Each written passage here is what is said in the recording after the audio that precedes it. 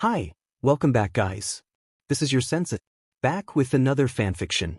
This is the movie of What If Naruto Fell in Love with Harley? Now before starting, please give this video a like and subscribe to the channel if you want more videos like this. Now let's get into the fanfic. What can I say? I like Loco. Crazy, what a waste it is to lose one's mind. Or not to have a mind is being very wasteful. How true that is. Words spoken by a great man.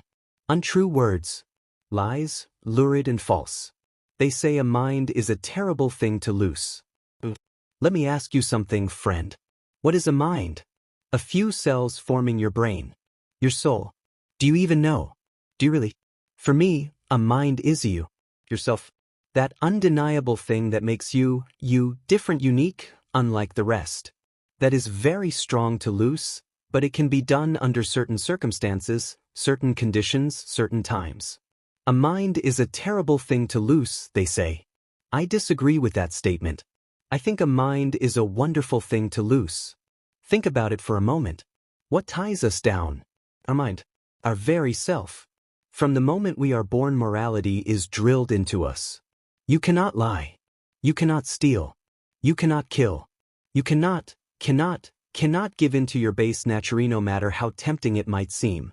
You cannot beat the ever-loving SHT out of someone for looking at your woman. You cannot kill that mother effer for insulting you. You cannot tear that no good piece of shit BSRD to pieces for laying a hand on your little girl. Oh no, because that would be wrong. Cutting his ball off, chopping him into small, bite-sized pieces, that would be wrong. But I digress. As you can see, I was like that once. Bound by those epithets, by what I thought was right. But did they save me? My friends? My family? They did not. I watched them die. Saw my world burn, consumed by the fires of insanity. It was then as I stood in the BLD of a goddess, then the man I once called friend as their BLD sluiced down my fingers, into my veins, became a part of me, that I realized something. Sanity is death. And when you can't die, when you live forever, well, sanity slips away that much more swiftly. Time passes you by and you're forgotten, all your deeds, all your works, turning to dust before your eyes. It's only natural I lost my Gotham mind after the first century. Life was decidedly easier after that. Messy. Probably why I'm penning this as a record. Just in case my madness actually does get me killed. I've had an eternity to store these new gifts, and on occasion, even use them. After all, with all these superpowered nutjobs running around nowadays, who knows what could happen? Unfettered by the bonds of sanity, one can do all manner of things. One feels no remorse. Almost no empathy. Because you see, dear reader, in this story, the story of my life in sanity can lead you to all sorts of places. The apartment was decidedly Spartan, containing little more than the most basic of necessities. A toilet, bath, sink, and bed. He sat upon the latter, legs folded neatly beneath his body, his eyes shut tight. Still as death. Only the occasional Rizian fall of his signified life. A motion so slight it might not have even been there but for a light sigh of a sound accompany each breath. The man glanced up as the door whooshed open, sliding back into its frames with an audible click-click-clack. The form of a large, very large, dark-skinned, heavy-set woman in a blue coat dress entered his sanctum seconds later, accompanied by a pair of guards. Moments after that, the folder landed in his lap. I have an assignment for you. Blue/red eyes fluttered open in the dark, one round, the other slitted. And what gives the whale the right to ask something of me at this hour? In the dim light, one could see the faintest outline of a head, spiked hair, and a pair of broad shoulders. He shifted slightly, a breeze from the open window carrying the faint scent of sulfur with him. This wasn't a prison, she reminded herself. God, this was where he lived. Well, he asked again. What do you want this time, whale? Must you call me that? Amanda Waller furiously fought down a flush at the mere mention of her nickname. He dished them out like party favors, both to those he loved and hated. The former were in short supply. The latter, he had no end of them. Small wonder why. Listen here, you whale. His words were a growl, a slow-moving avalanche, threatening to bury her. I'll do as I dmn well, please. Now tell me what you want before I stop being so nice. It's a simple in and out, nothing more, she replied. You'll be paid accordingly. Into Arkham? Laughter followed those words. 50 million up front, and another 50 when I finish? When not if... Waller bristled. How did he know? She refused to let it show. 10 Naruto. A lighter snatched away the darkness, its flame touching to a cigarette. What? 10 to babysit another bunch of brats? Words mingled with smoke. Not interested. I'm here because I want to be, remember. You pay me millions to do you dirty work, and in exchange, I don't feed you to the sharks. That was our deal. So, then, let me ask you this. The dark figure rose, those eerie, mismatching eyes watching her like a predator would a prey. How much do you value your life? She refused to flinch beneath that stare. The slightest twitch might be interpreted as weakness, and if it was, well, she wouldn't live long enough to find out. 40, she argued, refusing to back down. I won't go any higher. His hand lashed out, blindingly fast. The leftmost guard had time for little more than a strangled grunt as clawed fingers closed around his throat, slamming him down into the wooden floor. Waller shrank backwards, startled by the sudden ferocity unfolding before her eyes. The whiskered warrior laughed. In the next instant, the poor guard perished, his body shriveling to little more than a mummified husk in the man's grasp. A twitch of his wrist and he collapsed into the ground, his mouth frozen in a rictus of dry, rotting terror. The blonde murmured as he stood, idly regarding the corpse at his feet. Looks like the old scorch release still works just fine. Now, let's try. Bullets pattered harmlessly off his back, silencing him as the remaining guard opened fire with his assault. There was a silence. Naruto sighed, turning slowly. That wasn't very nice, he remarked, glancing down at the tattered remains of his jacket. I do believe you killed my favorite coat. The poor sod blubbered like a fish out of water. But how? Oh, don't look so upset, he crooned, smiling. I hardened my skin. Your turn now. Burnt. One of his eyes changed, and the remaining guard burst into a cloud of black flames. Shrieking, he clawed at himself, desperately trying to pat himself down, paw off the flames searing him. She knew at once that he'd no chance of success. Those flames couldn't be put out unless their emissary willed it. A moment later he too was gone. Was that really necessary? Yup. Naruto chuckled as the flames faded. It was a deep, throaty sound, and it made her want to run for the hills. Well, now that the riffraff is dead, why don't we get back to business, he purred. I believe the starting price was 100 million each. You said it was 50? And it was, he nodded sagely. Then those eyes turned stormy. Then you went and decided to play Queen Beach. So now it's 100. Do I hear too? I could always go pay the president a visit. Surely he'd love to hear about all the power plays you're making. And trying to run for election yourself this year? TSK, TSK, TSK. A finger wagged in chastisement. Such a naughty girl. Waller clenched her jaw. Demon him to the pits of hell. There was a good reason he held the namesake of and after. You pissed him off, he wiped you from existence. Simple as that. They were still finding body parts from his last mission in Metropolis. It wasn't his first, either. He'd been a part of the organization long before her time, and Waller still wasn't quite sure who or what the rightly was. He claimed to be here simply because he enjoyed getting paid to FSHT up, if his words could be believed. She did know one thing, however. She was terrified of him. I'm waiting. Fangs flashed in the gloom. Fine. She wilted, visibly sagging into herself. 100 on both ends. Good girl. He nodded. Now, show me who I'll be working with. Who said anything about Waller? She retrained a grimace, smiled, and retrieved the folder from the bed. Oh, I think you'll like this one. I believe you mentioned having a thing for blondes. There was a distinct pause. I do. Waller fished out a photo from the file and showed him said picture. Well, then you're going to love her. She stepped back as he snatched it out of her hand, his bright eyes appraising the figure within. After a very long moment, he started to laugh. Uzumaki Naruto grinned. Yahtzee. See, are we not this again? Harley groaned aloud, pigtails whirling as she flopped back to the white metal deck with a dull thud. Yup, this sea again. She'd known it the moment she came to, the moment her bleary, drugged mind realized where Thaish had awoken. Part of her longed to go back to sleep, pretend it was all a dream. Anywhere else, and she might have done just that. But the cool metal greeting her head, that dull, incessant, pounding throb of her temples and aching neck, said otherwise. She wouldn't be dreaming again anytime soon. Then again, just about anything was better than dreamin' about that no-good Mr. J. Aga, and it even reminded her of those go-dofful missions. Good morning, maggots, a rough voice barked. Welcome to boot camp, somewhere out of sight, Deadshot groaned. Great, this guy again, and he's already killed one. K beast, right? Captain Boomerang muttered, glancing at the bloody skull trapped beneath a boot.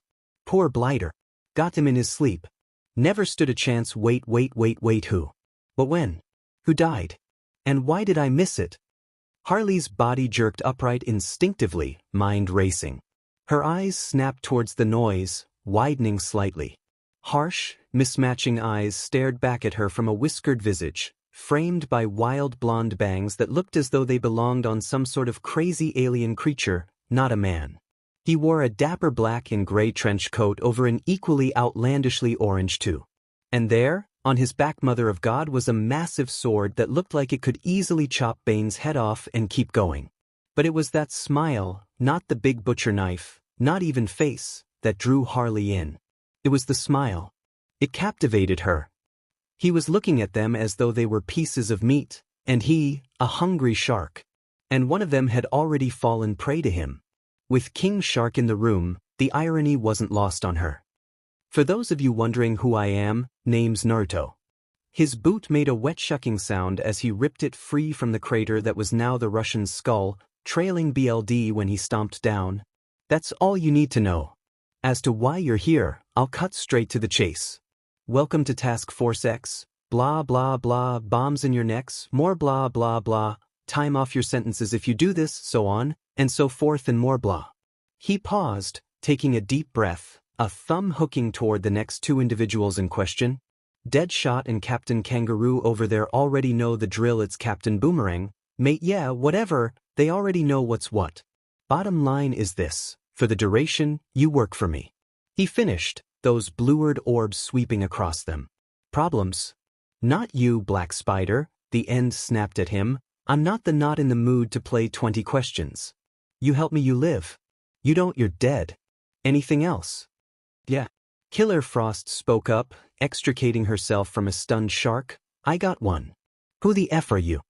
Oh. His head cocked aside, like a dog listening to a new sound. I'm just your neighborhood, but don't mind me. Wouldn't mind if you got these cuffs off, she snapped back. Harley felt a smile start on her lips. Oh, those? Sure. He waved a hand and they clattered away. Better now. Are you nuts? The icy woman gawped, massaging feeling back into her hands. I could kill you. Pretty much, yeah, he shrugged, coat rising with emotion. Try if you want. Might be fun. For me at least. You die. There was. That look she knew, that look was everything good. Harley turned the entirety of her body towards her fellow blonde, fixated on him as he stared down the frigid elemental, uncaring for the layer of frost creeping up her fingers. She'd thought he was batty before, but this was something else. Before that staunch stare, Killer Frost backed down, muttering crossly to herself. So? Deadshot asked, impatient, what's so dangerous this time that Waller had to send in the newbies? What came next took the crazy cake and swallowed in a single gulp. About that, Naruto began, folding both arms behind his head. How'd I feel about breaking into Arkham Asylum? The result was, well, pretty much what he expected. Their reactions were a mixed bag, ranging from disgusted to terrified to outright thrilled. That's insane. Don't want much. Screw that, I don't do freaky deakies, so where do we start? Harley found herself pumping her arms. Yahtzee, come on maggots, those two have the right attitude. Where's your enthusiasm?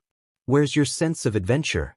He grinned, looking like he was trying very strong not to laugh. Think of it as a vacation. Yes, that's it, a vacation. His hands rubbed together producing a spark. A nice little field trip where you get to kill people and blow SHT up. It'll be fun. Did I mention explosions? Lots and lots of glorious, gratuitous explosions. Just think of the fun we'll have that did it. Harley had found herself smiling for quite some time now, but those words, they set something off in her. This guy wasn't just crazy. He was bats hit insane, maybe even more than Mr. J, like flicking SW. Her smile turned feral, flashing pearly white teeth. Unbidden her tongue flicked out, licking her lips. "Oh, I like you, hothead," she purred, practically crawling up to him from her hands and knees. "You're nuttier than a fruitcake." Loco. Standing, she laid a hand on his broad shoulder, palms pressing flat against the strong plane of his fingertips questing. "And me likely your locomotion." She half expected him to JRK out of the way when she laid her head on his shoulder. Woth instead, she found an arm circling her waist like an iron band, holding her tight. The other tipped her chin up to his, forcing her to all but devour his gaze with her own. "Nice start," she cooed. "Loco, huh?" A grin, dark and predatory. "I can live with that pudding. We're not going to have any problems, are we?" Harley shivered against him, finding herself clutching him tighter. "Oh, we're gonna get along Jewist fine, let's see. That's 1, 2, 3, there we go. 5 burning buildings. Pretty nice. Burn baby burn apparently, just fine involved being gassed." Harley realized it the moment she opened her eyes and found the white room gone, replaced by a cargo bay, her body shackled tightly to a chair. That was a new one. There we go. Laughter greeted her ears, exultant and amused. Her eyes fluttered open at once, gradually becoming aware of a dark shape taking form crouched in front of her. She blinked as someone touched her chin, lips ghosting over hers with a lingering sweetness, a warmth on her hips that did wonders for her numbed mind. "Oh yeah, baby, that's the spot, wakey wakey pudding." A hand patted her cheek, hauling her out of the blissful embrace. "We're almost there. Damn it." With those words, Harley's vision snapped into crystal focus. She grinned, recognizing Naruto's visage, hovering before her own. Loco, he preened and leaned back, looking quite pleased with himself. The one and only. For a moment it looked as though he were about to say something else, do something else, then he noticed that the others were beginning to stir. "Morning maggots, enjoy your naps." A cackle lilted over the words as they groaned. A few even dared to curse him as he swung by their chairs. One in particular. "But you gassed us again." "That I did, Captain Kangaroo. Comes with the territory." Naruto thumped him with the butt of his rifle when he passed by, uncaring for the poor man's retort. "Boomerang, yup, whatever you say." He laid the battered weapon down on a nearby bench, then promptly set to work disassembling and cleaning it. A moment of silence followed, broken only by the clatter of parts upon the table whilst he worked. "So, before we get started, anything I can offer ya? Party favors? Sharkies, you want some meat?" At the latter's nod he kicked open a cooler and extracted a wet haunch of thigh, something that Harley gave a bit of thought, looked disturbingly human. The giant watched the sailing steak with a predatory intensity. Then, in a manner befitting his moniker, his head snapped up, caught the steak, and clamped down. In a matter of moments it was gone, devoured before their very eyes. He grunted. "Good stuff. Maybe you're not so bad after all." No, I wouldn't say that. But hey, we're all palsies here. Anybody want a smoke?" Only Deadshot accepted the offer, catching the proffered cigar between his teeth. Naruto gave him a light, and after a muttered thanks, the infamous shooter inhaled deeply. He promptly spat it out, looking disgusted. "Ugh," the assassin scowled. "Tastes like dahi." Naruto snickered. "Don't get your panties in a twist, Dickshot." Very unprofessional, his hand rose smoothly, a first intercepting the sharpened shard of metal. Fingers closed around the impromptu projectile and crushed it into a ball, sending the sundered piece of steel clattering away to the deck. A pall of sinister silence fell. Okay, he didn't even glance back at Black Spider, conspicuously absent from his chair. Paid no attention to the shadow skulking behind him. That was just rude. In the next instant Harley heard a strong crack of knuckles meeting flesh, and then someone went stumbling back to their chair.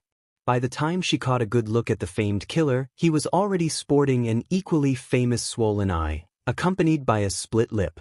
When that growl of a voice spoke again, it was distinctly lacking its humorous baritone. "Keep your butt in that chair, boy, or I'ma whoop you so strong you won't be able to tell down from up. How did you know I was there? You were masking your presence." Basic ninja technique nowadays. A darkness seemed to fall over the older man. "Who the F do you think invented that?" And then, like a ray of sunshine breaking through a thundercloud, that smile returned. "See, why can't you lot be more like my Harley?" Naruto said, spinning towards her. "She didn't complain. She didn't try to kill me. Gold star my..." A thread of warmth spooled through her belly, nestling between her legs. "If she wasn't tied down to this diamond thinga, what the hell? I'd rather have a embrace," she purred. His eyes flashed, and Harley saw something in them that could only be described as a hunger. Then it was gone, leaving her to wonder if she just imagined it after all. "Maybe," he thrummed, his mouth brushing hers. "Only if you're a good girl. Two could play that game. Maybe when we get into Gotham, I can show you around." She purred, grinning. "I know some tight places." Her body wriggled suggestively in the chair, catching those mismatched eyes. A bark of laughter followed, rich and throaty. It set every nerve she had on fire. That laugh was like Mr. J's but worse, completely and totally unhinged, without so much as a scrap of decency to hold it in check. Perhaps that was what aroused her so, the idea of someone that loony, that insane, showing such blatant interest in her. No doubt.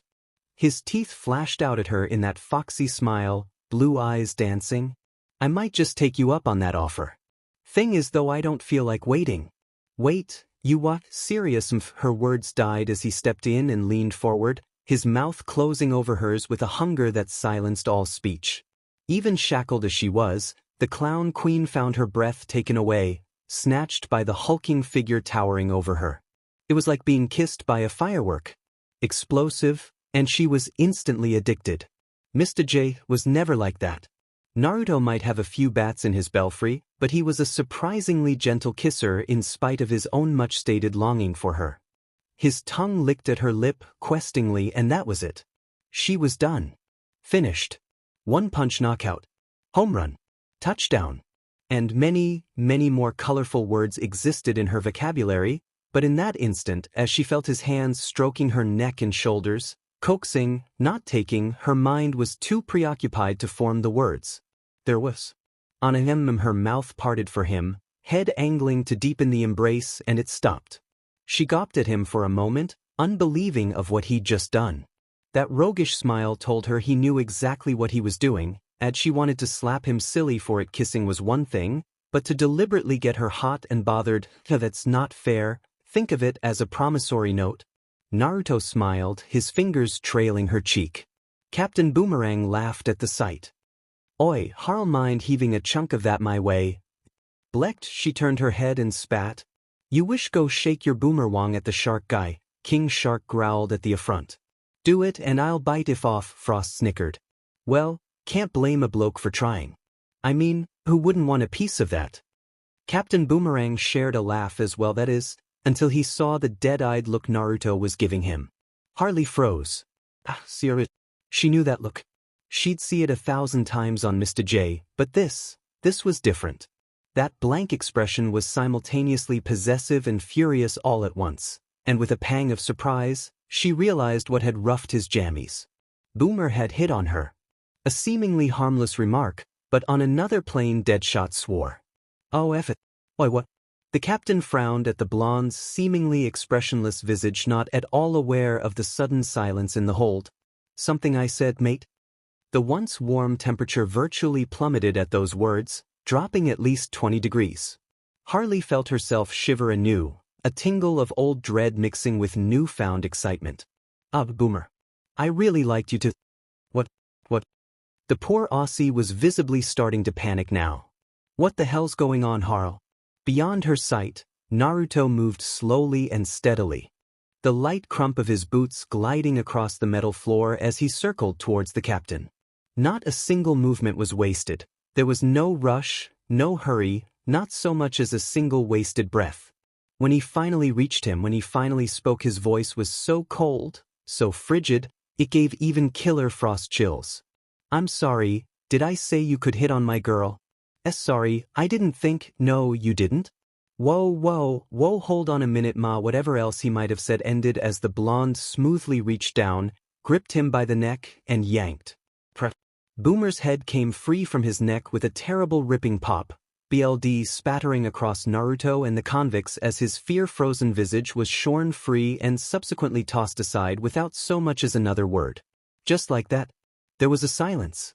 And then, Naruto chuckled blackly. Oh dear. Looks like he lost his head. Had he control of his hands, Deadshot would have face-bombed. King Shark started laughing. Frost wasn't of the same opinion. "What the F?" she cried. "Why'd you do that?" "He annoyed me." "I can see that, then you know why." Naruto hummed softly, walking past, leaving the dead man in his chair, neck still flopping wetly about. "Oops," he said as the alarms began to flash a warning red. "Better get rid of this before we drop." "We drop?" "Yup." A boot lashed out, kicking the captain from his seat. Moments later he claimed it for himself, snuggling next to Harley. The H's folded over him seconds later, locking him in with the rest. Pearly white teeth flashed out at his clown queen. "This seat taken." She grinned. "Nope." "Well, now that we've taken care of that unpleasantness, I really think y'all should hold on." Then they were dropped. Dropped from a plane. Naruto was having the time of his life. He hadn't had this much fun in, well, ages. The drops, in his opinion, were always the best, if only for the sheer chaos he inevitably caused upon landing. Parachutes were for pussies. He loved the roar of the wind in his face, and he roared back, the wild whoop of sound nearly eclipsed by the terrified screams or laughter in Harley's case off his charges as they hurtled towards what they thought was their imminent demise. He thought he heard their parachutes deploy just before he hit the first building. His descent was a little off, more on an angle than the others. Ooh, that was a big building, skyscraper. He loved those. What part of quiet don't you understand? He could hear Waller cursing him through the earpiece. He laughed her down and moved an arm forward, cloak flaring as the wall roared up to greet him like a long-lost friend. "This is my favorite part." Brick and mortar and glass burst before him as he plowed through the building unimpeded. Then another. And another. And another. He counted nearly 5 buildings before his fiery descent finally brought him back to the street, back to Earth, back to reality. Momentum and gravity hit all at once, nearly tossing him onto his back even as he kicked out with his feet. Just in time. Boots bit into asphalt, chomping down huge chunks of pavement and more than a few cars as he ground his heels in, forcibly slowing his acceleration. By the time he'd managed to slow to a walk, half a block was gone. On fire. Just burning. People. Families. Lives were likely, even now, ending, destroyed because he couldn't be bothered to care. And he didn't feel a drop of pity. It wasn't his fault, not really. He'd simply lost the capacity to care as he once had. Life had ripped it out of him with his sanity, leaving little more than an empty shell. Hollow was wood. He took what pleasure he could in life nowadays. Anything was better than a pitiful, empty existence. The ancient blonde whistled softly, squinting beneath a hand. "Let's see, that's 1, 2, 3, 4, there we go. 5 burning buildings. Pretty nice." With a jaunty tune, he jogged back to his convicts. Back to Harley. "Hope she didn't land on her head, Cobblepot, you old BSE." Naruto spread his arms wide in greeting as they crossed the balcony into the Icebug Lounge. His voice boomed out a hearty welcome, echoing across the armed guards like greeting of an old gong. One of them gave a small start, but a glance from the owner sent him standing still as ice once again. It seemed camaraderie severed the blonde just as well as his gifts for intimidation. He was hardly wondered about that as those beady eyes locked on him. It was not a question. Naruto grinned. "Me, didn't you miss me, ya old bird?" Penguin favored him with a rueful smile. "Can't say that I did, after what you did to my lounge the last time you were here. Still, the enemy of my enemy is my friend, as I say. Here's your share as per our usual arrangement." He pushed away his plate of fish, accepting both a file and an exorbitantly large wad of cash from one of his men. Harley knew protection money when she saw it. What bothered her, even as she hid behind his back, was thus. When had Naruto gotten a hook like that into Penguin? I've made arrangements to sneak you and your little squad as it were, into the crazy farm, just like you asked, he was saying as she came back to herself. You deploy tomorrow under the cover of darkness, so be sure you get some rest in the rooms above and follow them to. Then he saw her. Ute, his fist smashed the table and went for a gun. Clown, she blanched. Ah, CRP. You're not still mad about that truck, are ya, Penny? It came out as a small squeak as she stepped into view of that cannon. To her surprise, Naruto moved with her, the bulk of his body shielding her from the wrath of that hulking gun. Deadshot frowned, his hands rising slowly, eyes never leaving Naruto. The man was still suspiciously still. Are we really going to play who has the bigger gun here, boys? Half a dozen guns now leveled themselves at them. Frost deadpanned. What? Harley gulped. I'm thinking we are. You cost me money. Funny girl. Penguin was working himself into a right state now, his mottled jowls purpling with rage. Nobody cheats the Penguin, you hear me, Lawton? Then I'm sure they wouldn't want to hear that you cheat your clients. Enough? One word from Naruto. That was all it took. I don't do double crosses, Penguin. Those angry eyes flashed as he stepped forward to take the files in hand. I also don't brook threats to me or my operatives lightly. Now, a hand was raised, idly cradling a raisingan in its palm. Unless you'd like me to feed you all of your vital organs through your mouth, I suggest you put the pea shooters away. Before I get angry. See, my hand really wants to kill you right now, but I'm still mulling it over. Don't make the decision for me. The raisingan inched closer. A moment of silence followed as the psychotic blonde stared down the crime lord, neither yielding. Finally, the latter caved. Get her out of my sight, lad, he muttered, looking away from those eerie orbs. Before I do something I'll regret. The blonde smiled cheerily and took her by the arm. Pleasure doing business with ya, Pink. For all his talk of being ever away, sneaking up on Uzumaki Naruto proved deceptively easy. Harley waited until she was certain he'd stepped into the shower, then she waltzed in after him. Simple as that. He didn't emerge from the bathroom, didn't protest, didn't do anything at all. Quinn cast her clothes aside a moment later and crept into his bed. She was just about to turn out the light and wait for him in the dark when she saw the photo. Huh, she frowned, pausing. Well, Wadia no waited and old she took great care with it when her hand grazed the weathered image, considering. It was beaten and worn, but she could still make out a picture. Was that a young Naruto? It was cute. She giggled a little at the sight of his frown, that perturbed expression looking so out of place on that childish face. Peering closer, she realized he wasn't along in the picture. She saw him there with a pink-haired girl, a boy who looked positively broody, and a one-eyed man, with hair the color of ashes. She hadn't thought Loco was one for sentimentality. He'd always struck her as the type who lived in the here and now. Not someone to dwell on the past. The padding of bare feet alerted her to his presence. Without thinking, she rolled off the bed and onto the floor. Bare cold, honestly, it was a miracle he didn't hear her. Still she lay there, patiently, oh so patiently, until she heard the bed creak. The lights flicked off a moment later. She counted to 10. Then and only then did Harley move. Standing slowly, oh so slowly, careful to make the slightest noise. What she saw as she stood caused a thin line of drool to form at the corner of her mouth. Whoa, mama, she shook herself, battling back the urge to simply pounce on him then and there. She licked her lips, rubbing her hands together as she crept closer. Naruto slept in the ND with his back to her. His hair and body glistened with fresh moisture from the shower, lending new light to the scars crisscrossing his back. So many scars.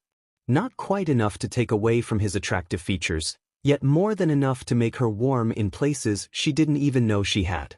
Just like that, her last glimmer of patience slipped away. Well, so much for stealth.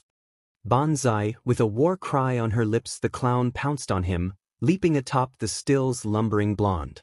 She didn't get far. Instead of startling away, he simply grabbed her, his hands gripping her hips and hoisting her upright. She squealed in surprise, the sound muffled against warm lips, his hands roaming, kneading, driving her insane, more insane than she already was. She'd been played, Harley realized. Naruto hadn't been sleeping after all. He'd simply been waiting for her, biding his time. It was, well, kinda hot, really. He headed "You miss me," she grinned cheekily as they broke for breath. His voice dipped into a throaty growl. "Well, now to what do I owe the honor? I got an itch I thought you could help me scratch, loco," she drawled back, pressing him down to the bed. His eyes crawled over every inch of her in the dark, drinking in her creamy skin framed by the moonlight, her appealing bosom, full hips, even now rocking against him invitingly. "What do you say?" His response honestly startled her. Instead of speaking, he simply leaned up and began kissing her Her back arched, a silent thrill shooting through her. Then he put his mouth there. Her mind went white. "Oh, Mr. J, never did that down." Harley ruthlessly drove all thoughts of her abusive ex from her mind. Just for now, she wanted to have some peace. To exist without thinking about him, without the Joker's shadow hanging over her every thought. She wanted to be distracted. Thankfully Naruto was being very, very, very distracting at the moment. Her legs clamped down with a spasm, the sudden orgasm overtaking her with such force that she actually cried out. She giggled. "This reminds me of a joke about a clown car." She leaned down to embrace him in to draw him away from her legs and back to her mouth and found herself flipped like a jack. Strong arms pinned her hands to either side of her head. She grinned, cooing softly as his throbbing erection pressed against her moist slit. Her hips tried to wriggle against him again, but he held her still, locking her legs with his. It was torture, it was torment, it wasn't fair, and she was loving every moment of it. "Oh, nice start," she cackled, straining against him. "So, loco, you gonna give me that scratch I've been waiting for?" "Oh, I'll doing more than scratching." To Bayo, Harley's grin turned savage.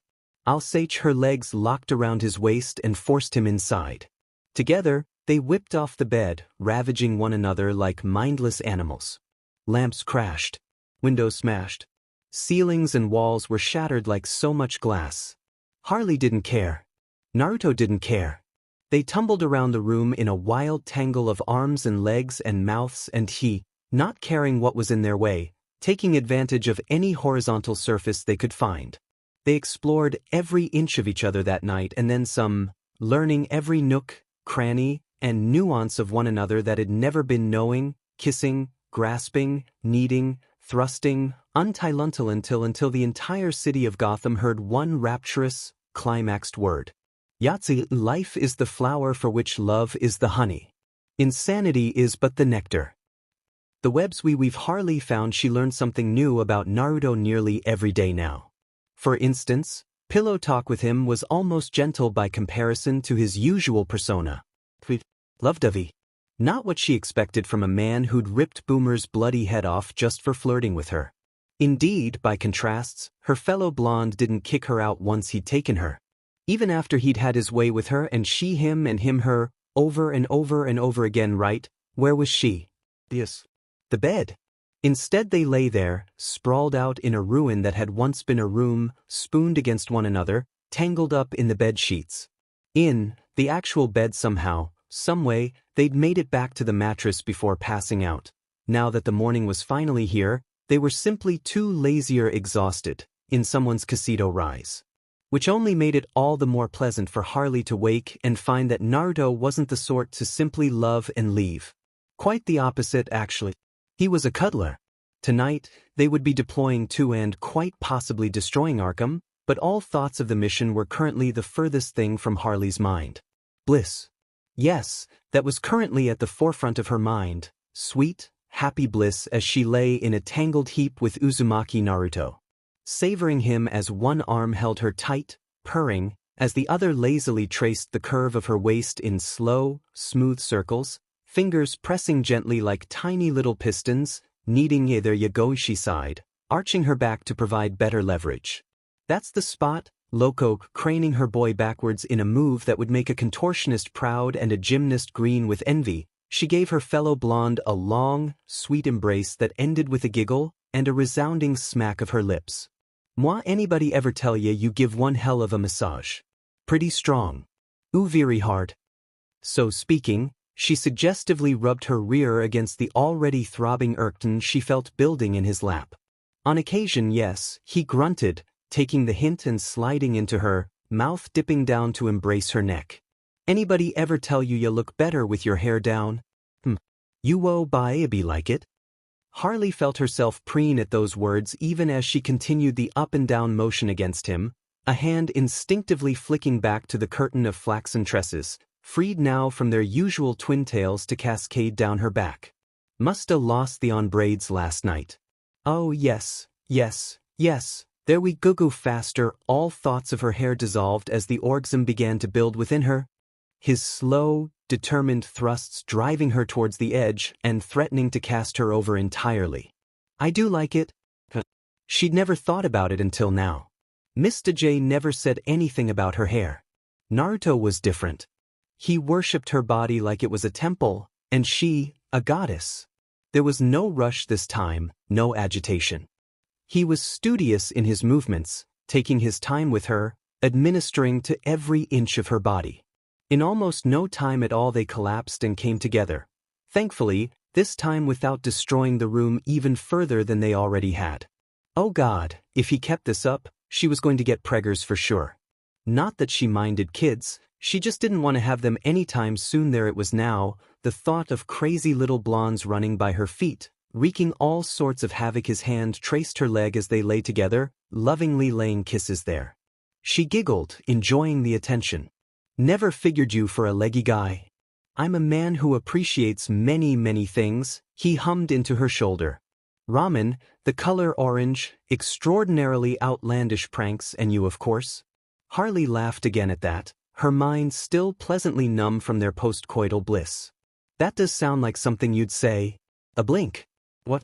You're just soy, she sighed, stretching against him, trying to press as much skin to skin as possible, bask in his warmth for as long as she could. Her bright eyes danced when he finally deigned to look at her. I'll tell ya, you're scary when you're mad and horny, but in BD you're just a big pussycat, ain't cha? When Naruto finally found his voice, he sounded almost amused. That was a very profound statement, Miss Quinn. Not sure if I like it. Similarly, I don't know if I wanna kill your or embrace you. Kisses, please, she cooed, batting her eyelashes. He laughed. Kisses it is, then? She wasn't expecting to wait a week for their big entrance.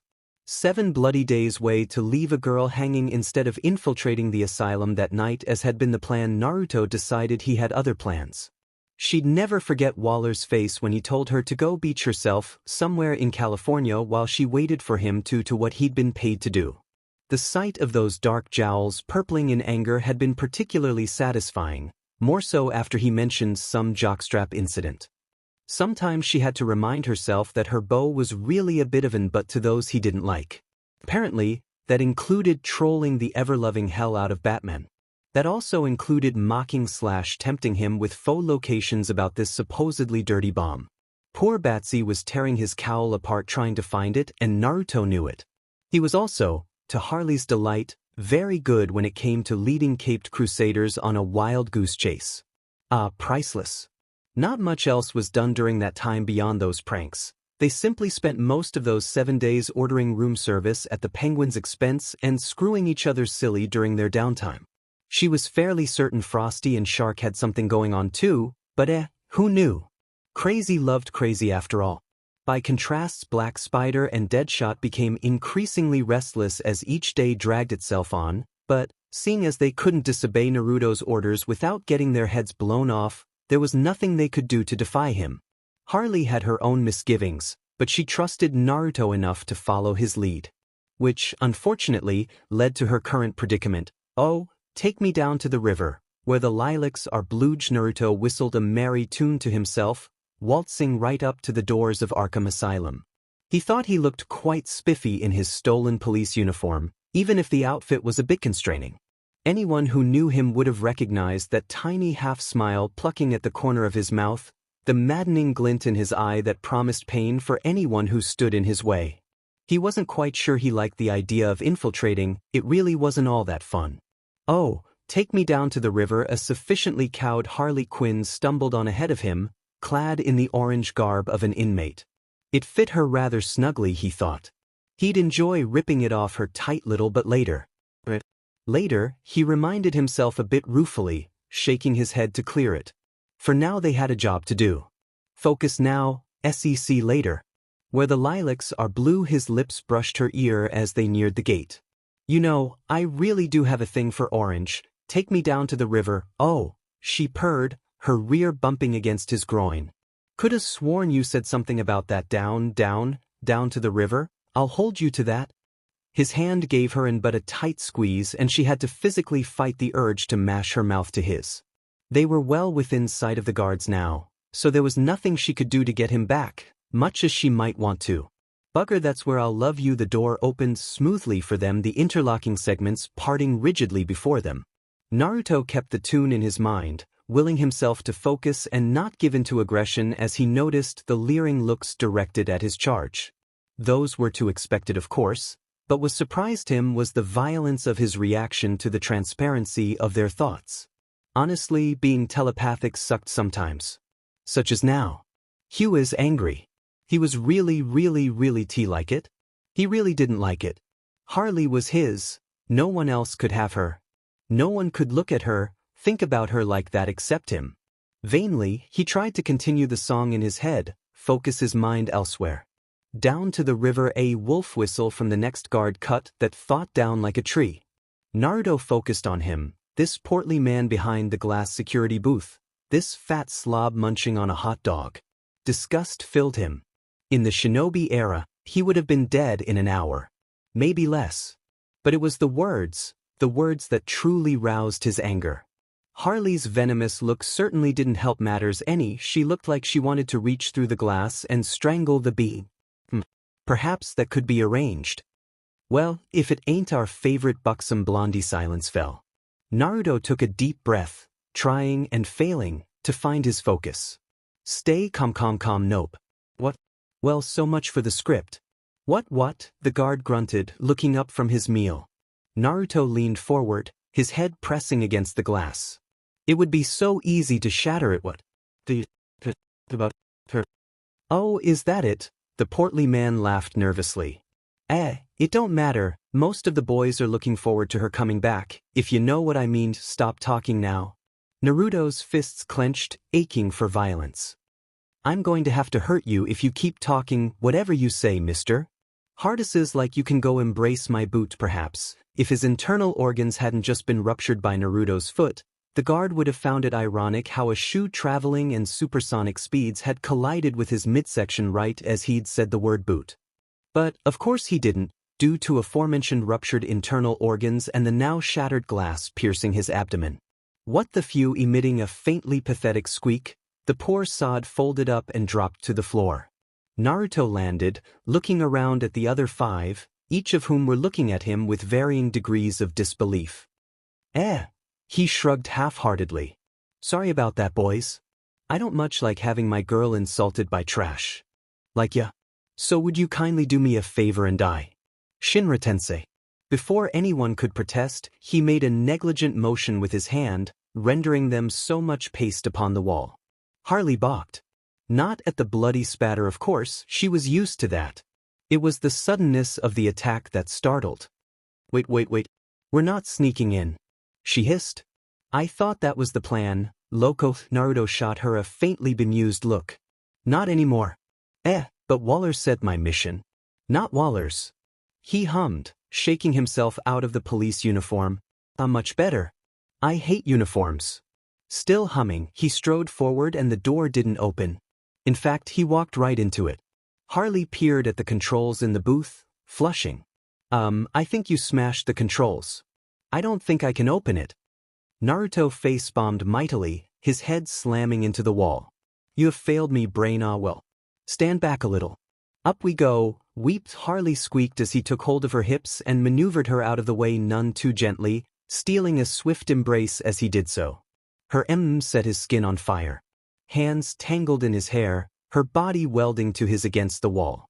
The smell of BLD and sweat filled his nose, coupled with something else, that scent that was so that made it totally worth it. Locomotion, she purred happily, fingertips trailing his tea as he pulled away. I knew I made the right decision. Of course you did. Naruto preened, dropping to a knee and reaching behind his back. I'm awesome.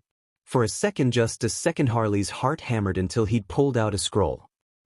For a minute there she'd thought, nah, it was too soon for that sort of thing.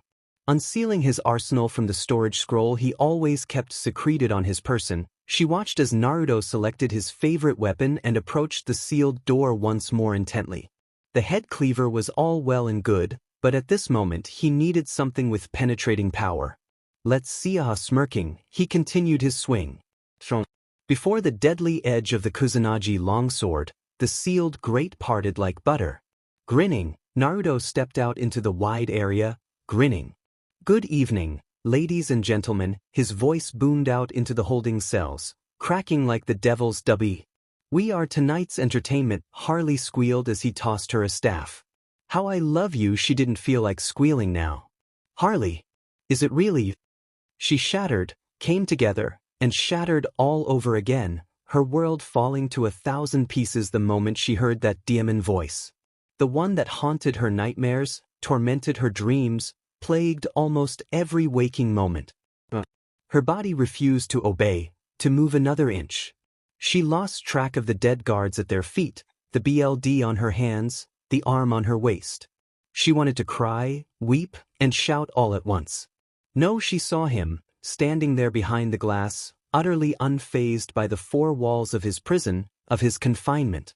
As if he'd planned the whole thing all along. Perhaps he had. You never knew with Mr. J. She wasn't thinking like that, wasn't thinking of him. Oh, no. Naruto's voice was a low rumble in her ear as he led her away. Friend of yours? Aren't you even going to say hello? Mr. J chuckled. Introduce me to your new friends. A whistle followed.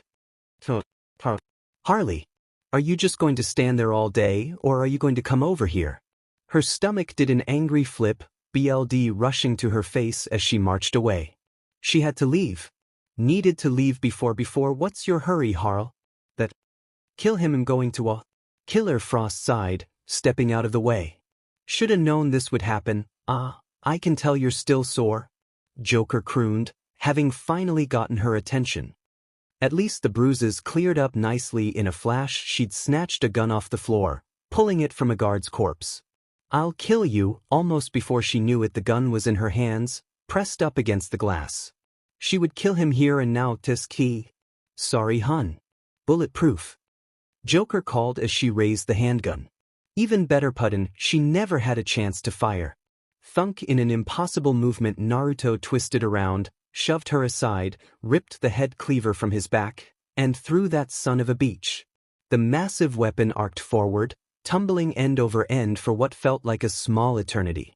It sank into the glass as though it were made of butter, slicing through in glass, then flesh, then bone. Joker screamed. Then he laughed. Then he screamed again. Naruto's smile was positively beatific as he swooped in behind her. Better. You. That's a lot of BLD. The difference. It was Mr. J's BLD. She'd never seen him bleeding like this before. Numbed, Quinn found herself following him as he strode into the cell, stepping over the what had once been impenetrable glass. Kubikira Hucho lay firmly wedged into the wall. Joker's right arm not so much. The blade had severed it just above the elbow, leaving the normally comical clown writhing in agony on the ground in a pool of his own viscera. Oh, I'm sorry. Naruto cooed, wrenching his blade free from the wall. Did that hurt? Blood-bleached teeth clenched at him in an angry smile, his remaining limb desperately trying to staunch the ever-large puddle of BLD flowing beneath him, soaking into. Why, Harley? He ground out through those gritted teeth. If I didn't know better, I'd say your friends are trying to kill me. That was a perfectly good arm, she snarled. We're finished, you and me, and she'd gotten a taste of what it was like to experience real love with Naruto, real, genuine emotions from someone just as crazy as her, not the abusive shadow of pain that she'd known for so long with him.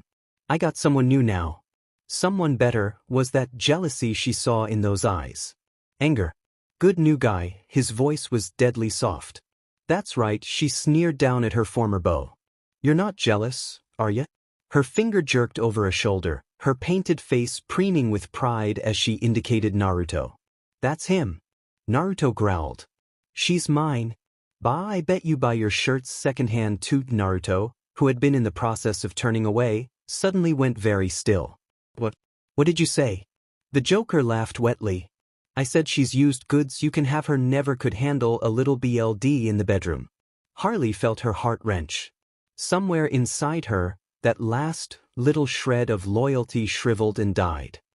Oh, there will be BLD all right. Honestly, Harley half expected Naruto to simply finish off Mr. J right then and there for those words, but no, the blonde wasn't a fan of mercy. His expression inscrutable, he reached down with one hand, grabbing the still chuckling clown prince by the hem of his collar. The other snatched a handful of glass shards from the floor. Then, and only then, did she realize what he intended to do. Once, she might have tried to stop him. Now, she stood by and watched, a grim look set on her face. And these are yours. Oh, I see what you did there. A warbling laugh/scream tore from the Joker's throat as Naruto slammed the first shard of hardened glass into his hand, slamming it into the metal wall. Two more followed, skewering the pale man's feet in a grisly crucifixion, ignoring the pained cry that followed each. With his remaining arm left to rot on the ground, the clown had no way of escaping. Then, perhaps almost as an afterthought, Naruto impaled the man's severed arm there as well, scowling. Have fun hanging around. Joke deadpanned. Well, that wasn't funny at all. Oh, if you thought it was. Chuckling, he waltzed away, pulling her with him by the hip. She didn't resist, sparing only a passing glance for the writhing form of her former flame. Lips brushed her ear. Love you. Harley chirped happily, preening and nestling loser to him, the Joker all but forgotten. This was what she wanted. Where she belonged. After all, love you too, Puddin'. Crazy loves crazy. You've got to enjoy life. The downsides, the upsides, the downsides to the upsides. No, wait, maybe it was the other way around. Live the moment. Crazy really did love crazy. Naruto took a moment to contemplate this, and the buxom blonde on his armas, he strode through the corridors of Arkham like a king, a small army at his back. He didn't need a crown to feel like one. If he wanted, he could have claimed this entire asylum and no one short of Superman would be able to dislodge him. Part of him almost wished he'd try. There was just something so incredibly thrilling about marching into another man's house and laying waste to it, all the while knowing there wasn't jack's hit they could do to stop you. Really, in his mind the only thing better than this feeling was the sweet taste of Harley and ramen. Or was it ramen and Harley? Oh, or maybe Harley with ramen. Last one sounded good. His mind conjured up an image of licking broth off her stomach. He'd have to ask her about that, sometime. Drifting off again. Questions for later. After all, when you freed most of Gotham's rogues gallery from the slammer and single-handedly crucified the Joker, you gained yourself a bit of extra notoriety. All they had to do now was find that nasty little bomban Payday was a comin' baby, assuming the Demon Whale didn't try and blow up his team. That might actually be a little problematic. Something wrong, Puddin'? Harley asked, seeing his frown. Not at all, the blonde laughed as he walked through the burning asylum, wisps of smoke curling lazily at his feet. I think everything's right. Sawyer, okay? Okay, his head tilted in mid-stride, glancing down at her painted face, turning a cheerful grin on her. Of course I am. I'm better than okay. You couldn't hear how okay I was when nailed your ex to the wall. I thought you were supposed to know these things, being a psychiatrist and all. Hey, kidding, just kidding. Come here, chuffing softly, he pulled her close for a long, lingering, soul-scorching embrace. Harley's knees turned to jelly. That's the stuff. Will you two get a room or something? Frost groaned, palming her face. Getting kinda tired of seeing you rut like two animals in heat? Naruto's head popped up. Funny, coulda sworn you and Sharky over there were the other night. Shut up, shut up, shut up, cackling the blonde twirled away from the blushing brunette. This is why I love Arkham. His hand rose to the vaunted ceiling, forming a fist. It brings out the best in people, what I mean. Oh, just think about it, Harley. Naruto spun away yet again, indicating the manged bodies of the guards. These people, for instance, They all answer to some sort of authority. They only want me dead because I'm an embarrassment to them, to their neat and tidy little world. It doesn't matter whether I flood the streets with ramen, rob a bank, or even hold the DMN president himself hostage. They just don't understand. I'm not in it for the money, the guts, or even the glory. I don't even want to put a smile on their faces. I just want to enjoy life to the fullest. And burning this place to the ground helps how? Deadshot muttered. Theatrics, my boy, theatrics. With all this ruckus raging about, we're bound to attract a bat before and or after. Get what we came for? His blonde brow wiggled suggestively. He'll come right to you, so I can't wait to see the look on his face. Again, that helps us how? You not at all. I get to see his reaction to my prank. What more could a man want? Harley's shoulders physically shook, her entire body convulsing as she fought not to laugh. Naruto only grinned all the wider. Certainly he wouldn't deny that he'd developed a flair for dramatics over the years. If anything, he felt that his victims deserved a good show. You had to be a little loose in the caboose, missing a few screws, to truly understand what went on in his head these days. In that way, at least, he felt he could empathize with the Joker. They were cut from that same jagged, ragged cloth, men made man by circumstance, not choice, nor any fictitious act of violence and vehemence. The difference? He had the girl. Honestly, it was enough to make him want to sing London Bridge is falling down, my fair lady, Harley chorused, cackling. You don't realize you sound like a madman, right? Some people call me a madman, Dickshot. I prefer to think of myself as a teacher. Black Spider scoffed. The teacher of what, pray tell? Naruto looked at him as though he'd grown a second head. He glared for several seconds without letting up, veins throbbing visibly in his forehead. Those sky-blue eyes were cast in shadow and gleaming with baleful blue light. His lips were curled back almost of their own accord, barring the blonde's teeth in a decidedly sinister smile. Why, living in the moment, of course. Silence hung over the asylum like a wet blanket, thick and cloying.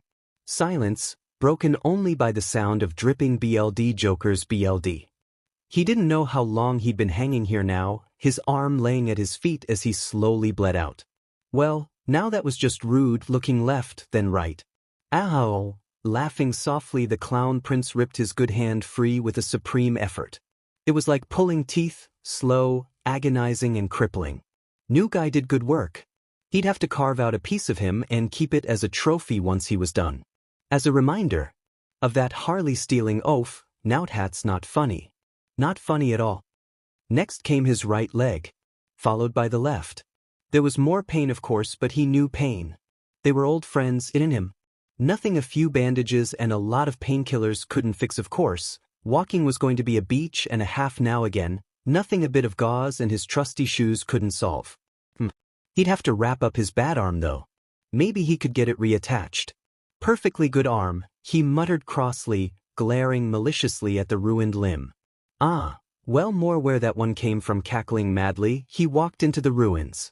I'm back, beaches. Oh, I'll take one of these, a couple of those, and definitely that. Naruto bounced on the ball of his feet, looking to Harley's eyes, very much like a kid at Christmas. She supposed she couldn't blame him. Some of the things here in the property room were downright criminal. What? She could make jokes too. It wasn't as though she'd had anything better to do, seeing as they'd already killed most of the guards. She watched with some bemusement as he laid claim to all manner of gadgets. A mallet was all she needed, knowing that it contained a very nasty surprise, and after all, it wasn't like she wasn't used to surprises. Something kicked. Mama. Everything stopped. Her eyes instinctively sought her flat stomach, her mind trying and failing to rationalize what had just happened. Sure enough, her bare midriff greeted her, toned and flat as always. But what she felt just now? This? I don't think so, she thought, trying to still her hammering heart. Gas doesn't kick, and it sure as hell didn't say mama in a little girl's voice. What the bloody hell? This wasn't possible. It had only been a week of senseless, mind-blowing, so unless she'd suddenly gotten psychic or some other mystical mumbo-jumbo that meant she was, her eyes bulged. Somewhere in her head, wires crossed. Ah, crap baskets. Before she could say anything, however, Naruto's cheery voice rang through the property room. followed by an explosion. A hideously shape descended in a hail of broken glass and smoke. Hey, Batsy Didia like the orange costume. A loud clang followed, punctuated by the sounds of a scuffle. Oops. Maybe not. There was a moment of pained silence as all eyes in the warehouse turned toward the terrifying dark night. What was all Deadshot could manage, gawping at the bright, neon colors. Killer Frost snickered. Okay, I give. That's pretty funny. Then things went pear-shaped. You, Ming snarling, the bright bat lunged. Oh, you're angry, Naruto laughed as they grappled. What's wrong? I thought you'd like the new paint job. His last word punctuated itself with a harsh crack of noise as he slammed his head into the Dark Knight's armored cowl. Grunting, Batman staggered backwards, scrubbing at his eyes with the back of a hand. Naruto's hand rose and fell like an axe, smashing the caped crusader in the city and staggering him back. Naruto weaved in after him, looking as though he'd just gotten an N64 for Christmas. What? Even she used the internet sometimes. What's wrong? The blonde called. Got a few extra bats in your belfry? Will you stop that? Oh no can do, bats. The whiskered warrior flowed around an elbow like water, cackling as he slammed home a boot into the back of the bat's knee, stumbling him. I'm having too much fun. Every word accompanied a blow. A vicious hail of strikes and counterstrikes that Harley could barely read, let alone follow. A heel palm met a shin. A booted foot snapped into an unprepared zizi, black cape shooting out blindingly to disorient a foe, blue eyes dancing as hands closed around the cloak and slammed Batsy into the wall. This deadly dance seemed to continue indefinitely, the two men raging back and forth until Rasengan. It was just one word, a simple whisper as Naruto zoned in a lucky hit to Bat's stomach. And yet that lone strike warped into a spiraling sphere, catapulting her nightmare through a wall as though it were made of mere cardboard and bringing the ceiling down around them.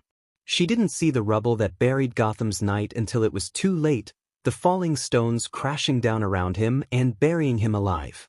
Just like that, their battle had begun and ended, all in a matter of moments. I think you just broke the bat, she whistled in disbelief. Naruto laughed and spun on his heel, marching back into the warehouse without a care. Let's go see what else we can break. Harley couldn't help herself. In that instant, she swooned. Whatever you say, pudding memories are vile, nasty little things. Give me insanity any day. Life is an explosion. I missed this story. Harley turned her head just in time to catch the ghost of a smile flitting across her lover's lips. He'd been grinning ever since he'd bonked the bat, but this sudden remark caught her flat-foot. Either he was making an obscure reference again, or the remark simply sailed over her head. Most likely the former. Naruto loved his inane references, even if she didn't understand them half the time. You done goofed, for example. Where had he gotten that one? And why did it sound so familiar? Perhaps it had something to with those Team 4-star chaps he liked so much. You say something, puddin'? A milky blue eye swung back to her, dancing with maddened mirth. Harley wasn't quite sure what to make of the warm rush that followed. I'm just so excited, Naruto cackled, twirling a knife in his hand. Do you have any idea how long this FIC's been on hiatus? At her baffled expression he continued, beaming, we've all been trapped in fiction limbo for so long, but now we get to continue what could possibly be better than that. In other words, I'm fine, he soothed, tickling her chin. Just enjoying a bit of fourth wall breaking. You? Sure, she ventured warily. Unbidden, her eyes drifted back to the crumbling building they'd left Batman in. She could still see the smoke even from here. No more bats in your belfry. No more than usual. Mr. J would have struck her for such impish impudence.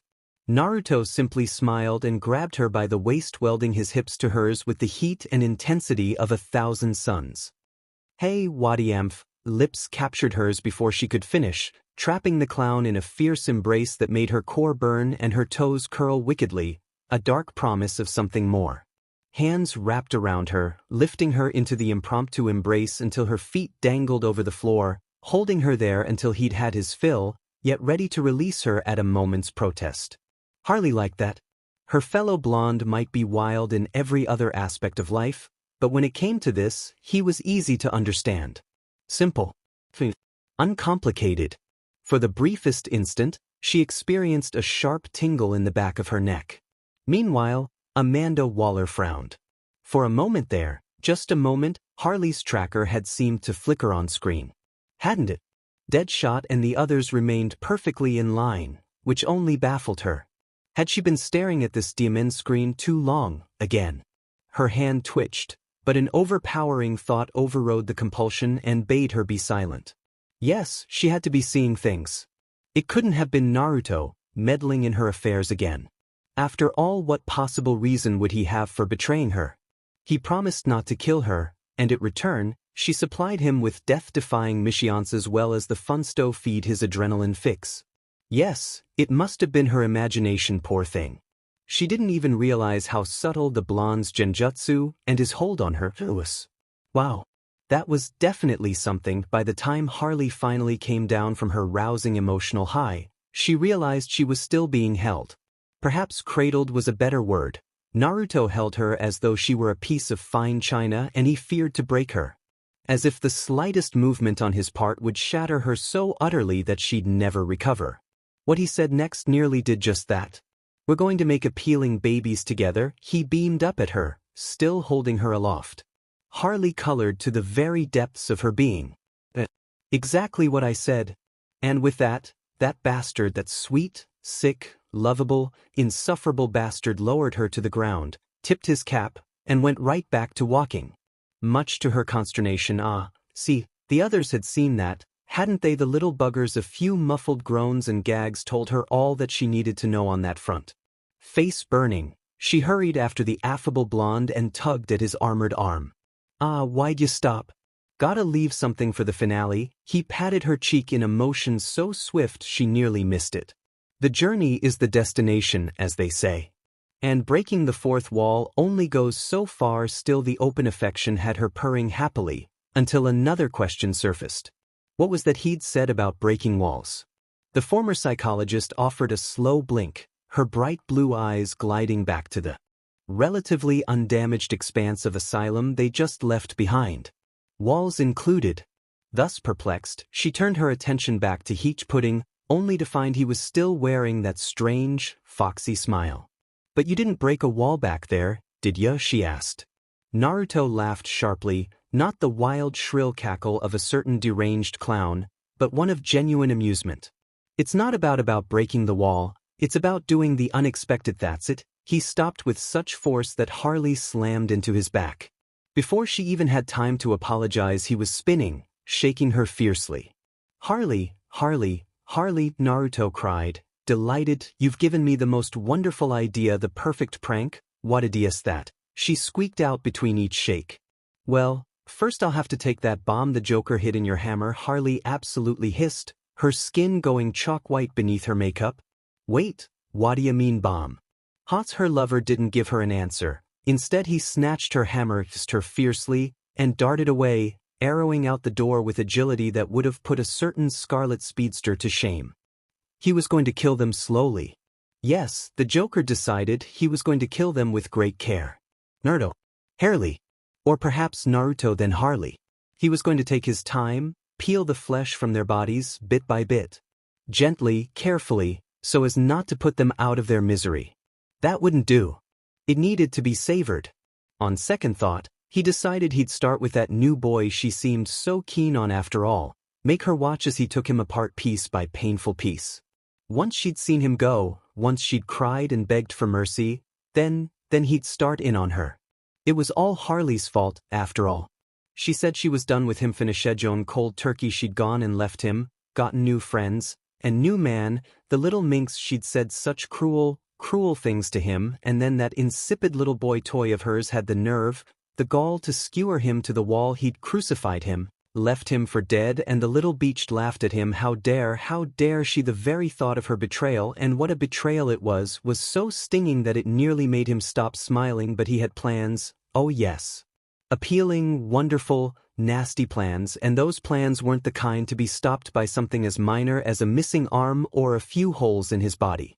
He'd suffered through far worse, though he supposed losing an arm was rather new after all. The best plans are always the insane ones. "Oh, I'll have to remember that one." Giggling softly to himself, He determinedly limped back along the corridor to the infirmary, quick as you please.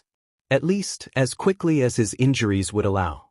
Those wounds hadn't bandaged themselves, and in the end it required taking quite a bit of time and painkillers merely to make certain he wouldn't drop dead. Now as he limped ever forward, he found he actually had a chance to think. Ha gave him time to plot and plan, not to mention plunder his old gadgets back from the guards. Ha, who said you couldn't teach an old clown new tricks? By the time he was finished with them, he never knew heard his doom until it was too late. One moment he was upright, smugly plotting his revenge. The next, surprise, motherfuckers, the next, something smashed him flat on his face. Whatever it was kept right on going, ripping through a rather substantial portion of his torso. A wet and muffled wheeze pushed itself out of the ground just before the Joker passed out from subsequent blood loss. What was that? Harley offered a mute shrug to Squad's confusion, struggling to understand what had happened herself. She was still trying to get over the fact that there had been a bomb hidden in the base of her hammer. Granted, a bomb that Naruto had swiftly taken possession of, but still a bomb. Who the hell did that these days? Only a madman would even consider a CRP.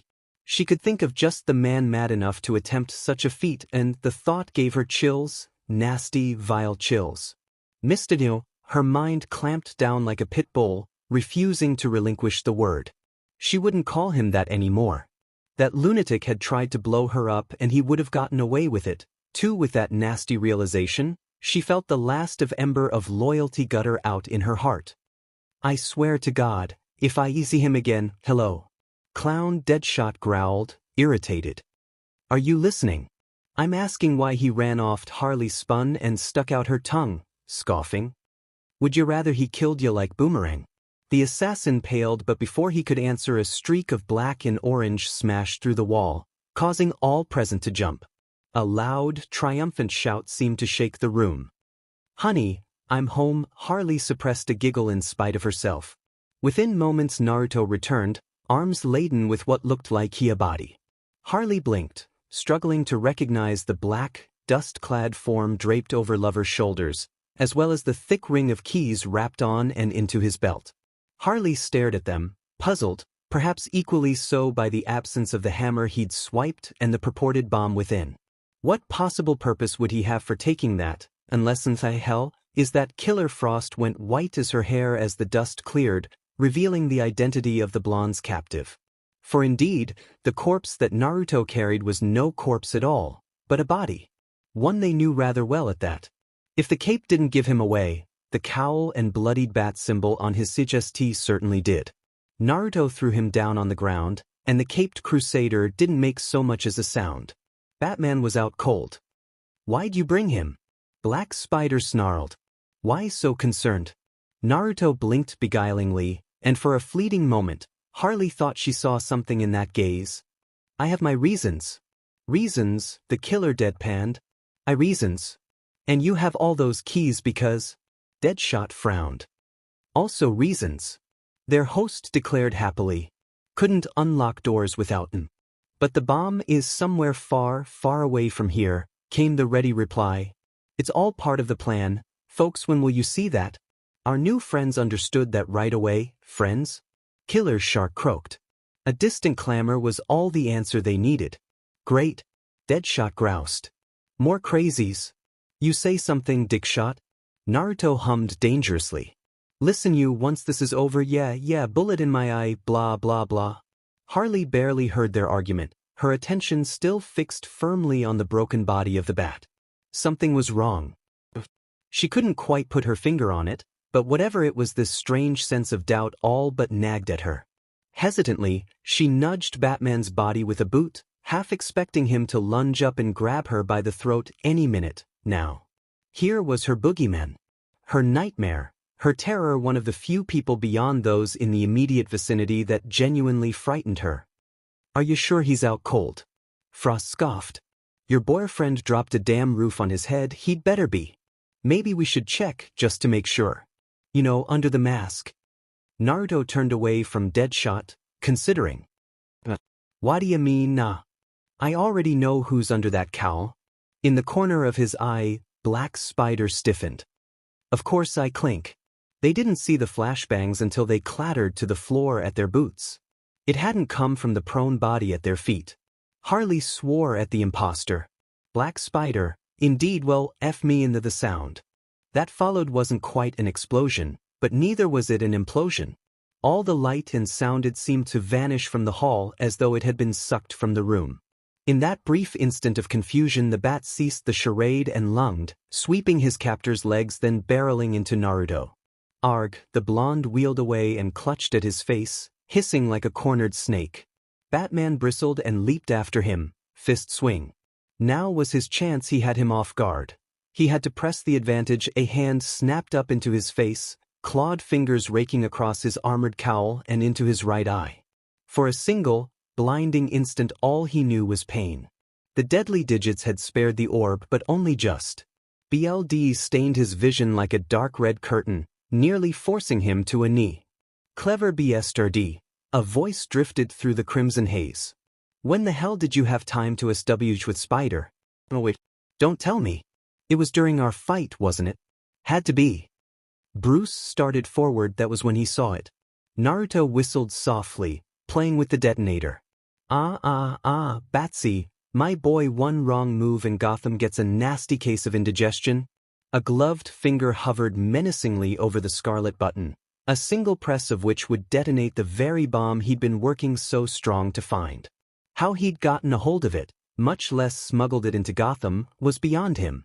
He wasn't even sure if it was an actual bomb. For all he knew, it could be a harmless prank, but with Naruto, one could never be sure, and somehow that bothered him more than the idea of the Joker and any havoc he could bring. Batman glowered as they circled one another on the catwalk. He was blind. He could see it in those dazed eyes, still reeling from the flashbang. So how in the hell was this buffoon evading him so? You wouldn't? But I would, the blonde crowed, dancing away. You see, I have what I came here for. I've finally found someone just as crazy as me. Someone who understands me. You don't know what it's like, hiding behind a Moscow. Wait. You dude's cackling. He moved out of reach once more. Think about, Bats, you've spent all these years behind that infernal cowl, and what do you have to show for it? A non-existent love life, lonely nights spent brooding by the fireplace. It's boring, boring, boring. No wonder Jokers tried to get a laugh out of you all these years. This isn't about the Joker. Bruce glowered behind the cowl, resisting the urge to simply lunge headlong at his adversary. This is about you and me. Right you are. Naruto nodded slowly, bobbing his head sagely, wiggling the fingers of his free hand. That's what I like about you. No powers, nothing but your own wits and skills, and yet you've come back from just about everything the world's thrown at you. Sadly, I'll be concluding my business with you shortly. After all, there are so many other places for me and Harley to play. Metropolis, Central City, Themyscira, which leaves me with one last question for you. And that is, serious. Listen, Batman, that was all he had time to say before Bane canonied into him with all the force of a meteor. Naruto's vacant stare at the empty air the vigilante had occupied not a moment before, frowning. I'm listening. Well, must-a not been that important. Let's get this party started.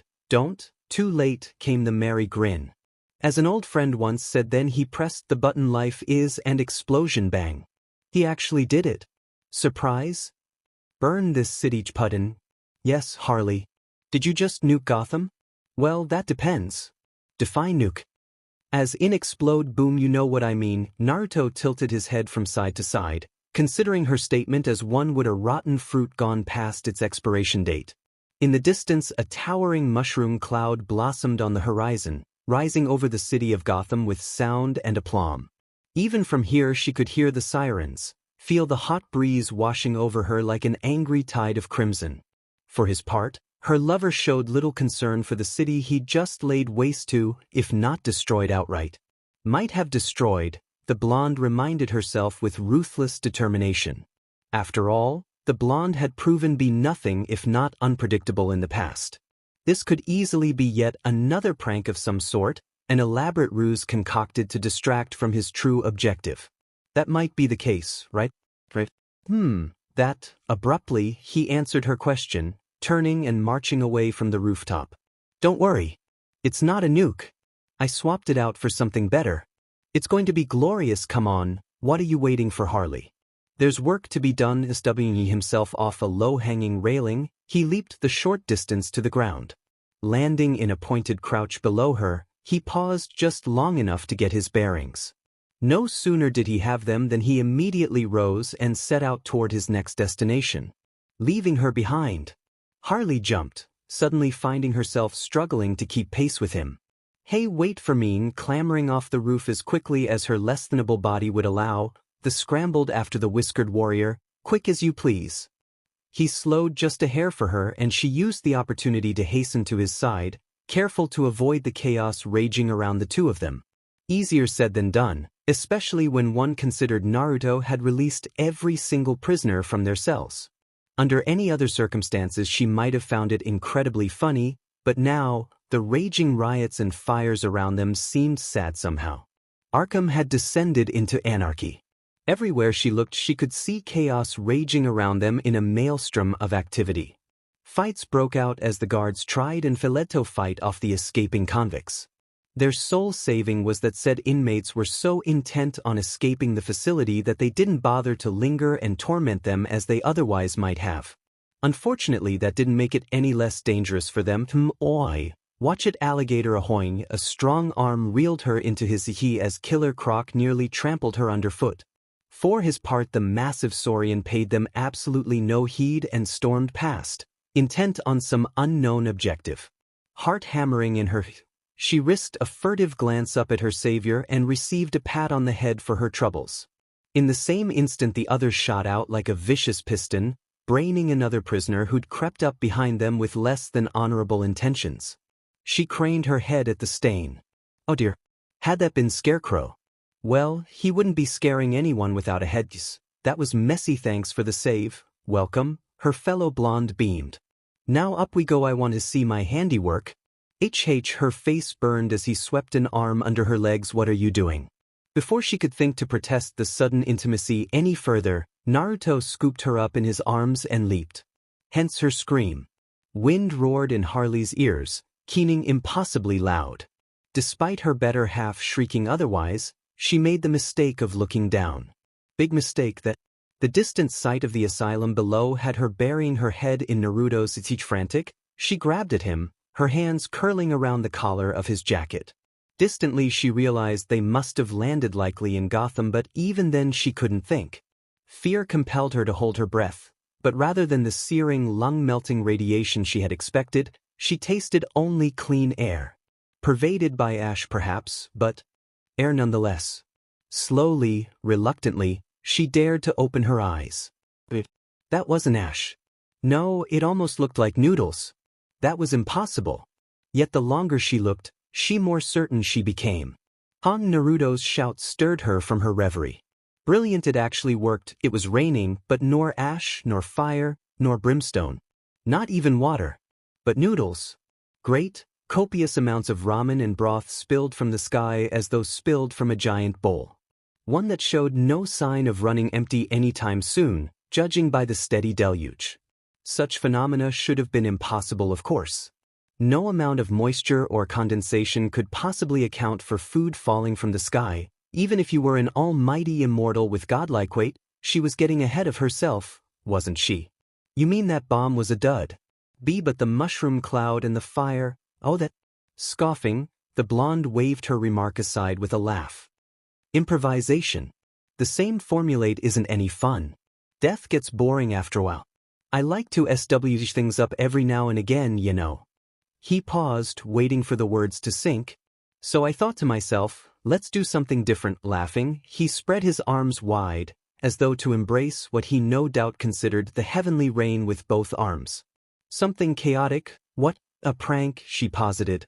The blonde recoiled as though he'd been struck. A prank? Harley, you wound me. This isn't just a prank. Then what the hell is it? Why, it's the prank to end all pranks. Now, Harley wasn't stupid. In fact, she was quite brilliant actually. For so long she had played the ditz because it suited her and him when in fact, she was quite brilliant. In the span of a few short days, circumstances had changed. Now, Allowed to exercise her substantial psyche without fear of an angry backhand or a blow the head, she was free to express her disbelief. More so when a particularly large noodle splotched down against her nose. Wiping away, she restrained a small scowl. This was beginning to get a little too crazy, even for her. Honestly, she was half tempted to call bullshit on the whole shebang. Why do I feel as if I just missed a joke here? Oh, you haven't? Naruto reassured her. Sweeping a bowl from God's nowhere, he snagged some of the deluge and presented it to her with palms upturned. Doubtless, he intended for her to drink it. I call it super ramen. Harley eyed the noodles before her with thinly veiled suspicion. Super ramen? When did you have time, Tono? How did you even make super ramen? The ninja's face was entirely too serious for her liking. Come on, try it. I made it myself. Fresh out of the bomb, it's delicious, trust me. You'll understand after you've eaten it. The former clown regarded the preferred bowl warily. That's what worries me. Putting the jester once more turned her eyes to the steaming bowl of broth before her, now wary. Could ramen be gold? Because it certainly was. Glowing, that is. Ramen shouldn't be glowing. A faint aroma pervaded her nostrils, steam visibly rising from the bowl in a thick cloud, pervading the air around them like a glorious. She daren't inhale directly, for fear of fainting dead away. Naruto possessed many talents when it came to his given profession, but cooking, well, she hadn't thought cooking to be one of them. Least of all ramen made out of a bomb. Still, the pleasant smile dogged her like a vicious hyena, worrying at her guiltily until her resolve crumbled into bite-sized pieces. Surely it couldn't taste that bad. Gulping, she tilted the bowl backwards. Well, here goes nothing, I guess. Instantly, the broth rushed in. It wasn't bad. It was heaven. Bliss. Pure, utter bliss. Harley swayed backward. Oh my God, this tastes so. At a loss for words, her body failed her. Wordlessly, she collapsed in a boneless heap. Sighing, Naruto regarded her prone form with a small smile. Well, that's unfortunate. Maybe I made it a little too strong. What could possibly go wrong? So long as you believe, I'm here. Disco Inferno. Interlude. For the second time in as many days, Harley found herself waking in an unfamiliar place. Was it? Pale eyes opened to an unfamiliar red ceiling she didn't recognize, and the warm blankets wrapped around her sore body. Did she mention sore? She felt like she'd been run over by a truck and subsequently wrung out on a rack and left there to dry. Moving alone required a supreme effort of will, but she propped herself and grabbed the headboard to lever herself up. The wood snapped in her hand. What the hell? Startled by her own surge of strength as much as the broken piece of timber in her hand, she never once thought to listen for the sound of an open door. Her attention was decidedly elsewhere. This room looked nice. Harley wasn't much used to nice things. Simple but well-maintained furniture dotted the room. A simple cabinet carved from oak and a small glass table laid atop a green carpet. There was even a tiny little dresser laid out by the bed. Everything looked comfy, all things considered. Funny. She hadn't thought Naruto the sort to value comfort. He seemed too much of an oddball to have any definable structure to his living quarters. Downright homey, that. There was even a nice little fireplace safely secured in the corner, faint firelight casting a pleasant shadow across the room. Really, it almost made her want to snuggle back into the bed and fall asleep again. So she did. Bonsai, with a delighted whoop, the blonde jester ripped off her dirty uniform, now little more than a shredded mess after all she'd been through, followed shortly thereafter by her ruined undergarments. Then she cast away the ties binding her hair. Bliss. If those blankets had been warm before, now they felt positively divine against her sore skin now. As such, she was quite startled when she heard a familiar voice. Come on, don't go back to sleep now. You were already out for 3 days. Azure orbs snapped upright a moment before a pair of warm lips claimed her own. He kissed her like it was the first time and she swooned, her world spinning like a top. Speaking of warm, was that tray of browned waffles and blueberries meant for her? Oh, she hoped they were. No. In the flesh, came the bemused rumble. She squirmed when he set it aside on the dresser. Her stomach gave a plaintive whine, reminding her that she hadn't eaten in ages, but his lips claimed hers again and a different kind of hunger stirred in her. A low growl built in the back of her throat as she wrapped her arms around his neck, pulling him closer, uncaring as the sheets slipped away from her torso. Her skin began to buzz pleasantly as her fingers trailed across his ear, trying and failing to find the clasp of his coat, to no avail. Her tummy growled again. "Pardon," she purred softly between tender kisses. "You better stop that." He didn't. "Not in the least." "I mean it, Buster," she gasped, arching her back as he began to plant a descending line of delicate kisses against her bare neck. "I'm hungry. I want to eat and I'm gonna eat you in a minute if you don't stop." When he didn't, Harley grabbed him and pulled. Much to her great delight, she actually found herself able to pin him, holding him for the merest of moments. Blue eyes bulged in comprehension. Then that cheery grin flashed out at her and Naruto did something with his legs. Not a heartbeat later she found herself trapped beneath him once again. This time, when his lips descended on her again, she interposed a hand between the two of them. "Breakfast." First. Her tone brooked no argument. "Or you're gonna get bit?" "Yes, dear." An appreciative whistle answered her, but the whiskered madman relented happily enough. "Oh goody," he hummed, finally noting the broken headboard overhead. "Looks like the ramen worked." "Worked for what now?" So he told her. And her eyes bulged. "What do you mean your ramen gave me superpowers?" "Well, technically," he demurred as he climbed off her, "it also gave them to most of Gotham and a good half the East Coast. That was part of the plan all along." But why?" Naruto tilted his head. "Why not?" "Bullshit, you must have had a reason for this, but that's the best kind," the whiskered warrior whined, offering her the tray. "Speaking of which, be a dear and look outside, will you?" Reluctantly, Harley did as she'd been bade, stealing a glance toward the nearest window. At first, she didn't understand what she was looking at. That wasn't Gotham outside, glimmering in the fading evening light. Yet for some reason the buildings were still absurdly bright. Her sleep-addled mind turned them over in her head, trying and briefly failing to understand what she was looking at. All at once, something clinched in the back of her mind. It wasn't the setting sun that was bright. Rather, it was the buildings. Her jaw did a small pop as it gaped open, a proverbial light bulb popping into existence over her head. "Oh. Ohoho ohoho. Why is Metropolis orange? Why not?" Her blonde beloved gave a rusty chuckle. "Had to keep myself occupied somehow while you were out." "Speaking of occupied, I may or may not have done a few things while you were out. Your dearest tried to do some nasty work in the interim. Had to lay hands on a few people. Break a few bones. Crushed a few hearts among other things." He set the tray down before her and turned to grab another as she heartily dug into the warm meal. "Also made sure the Joker stayed dead, and didn't that just make her choke? Did you know he followed us all the way here to Metropolis? I had a devil of a time putting him down. But I may have attracted some attention." The roof shook above them like it had been struck by the fist of an angry god. Harley absolutely froze. "Wait a minute. You didn't." His smile chilled her BLD nope. "I did." Backroom, all at once the ceiling flew apart. No, wait, perhaps that wasn't the right metaphor. A portion of it simply ceased to exist. One moment it was there, the next, it wasn't.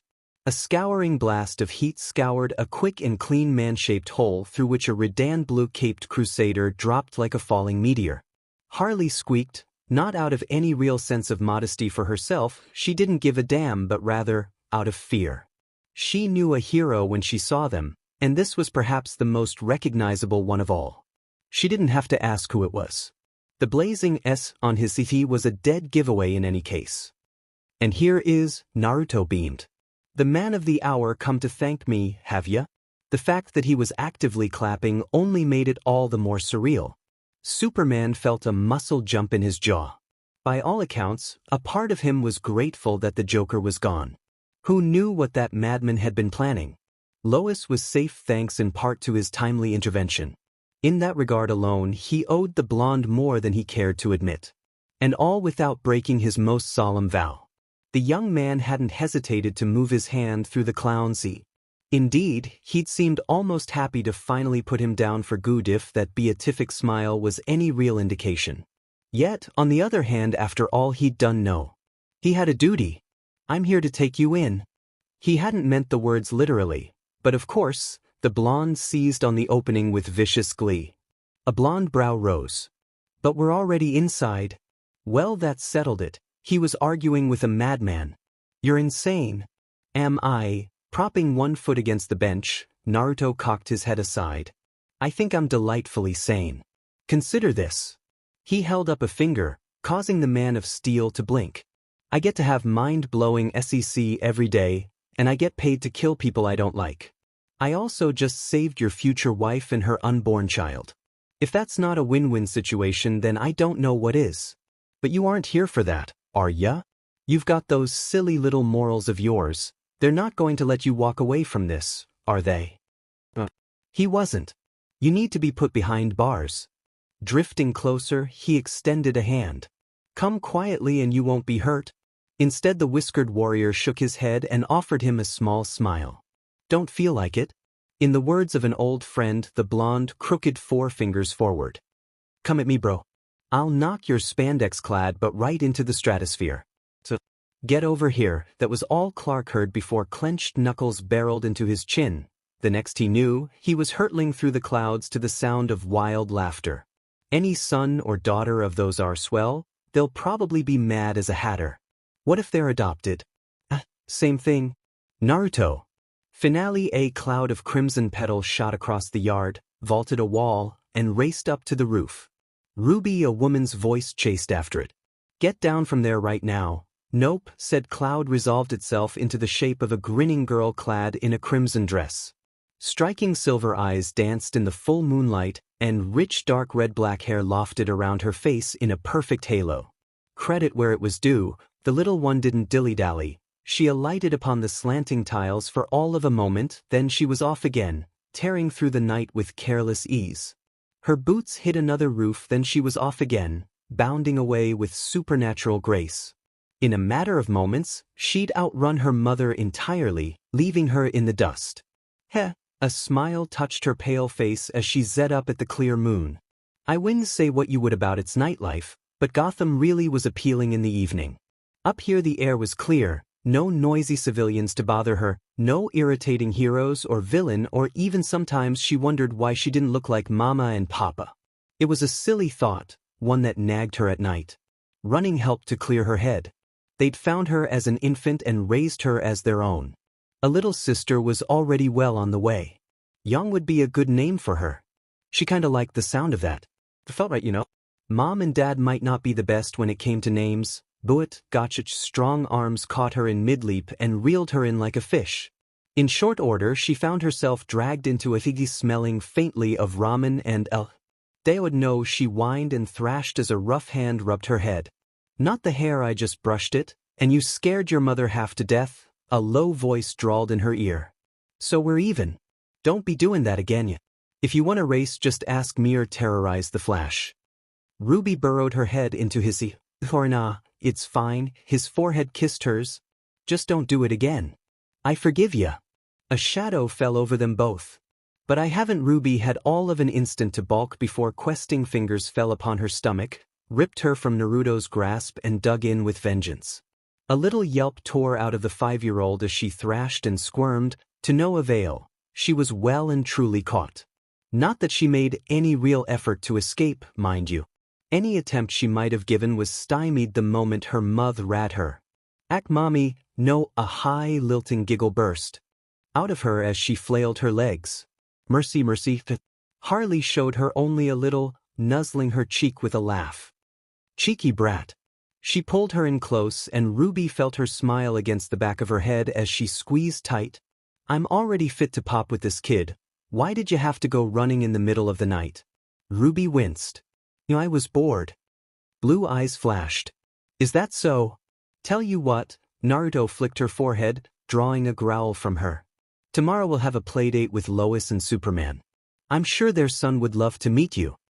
Ruby tilted her head. Aren't they your enemies, though? Papa scoffed.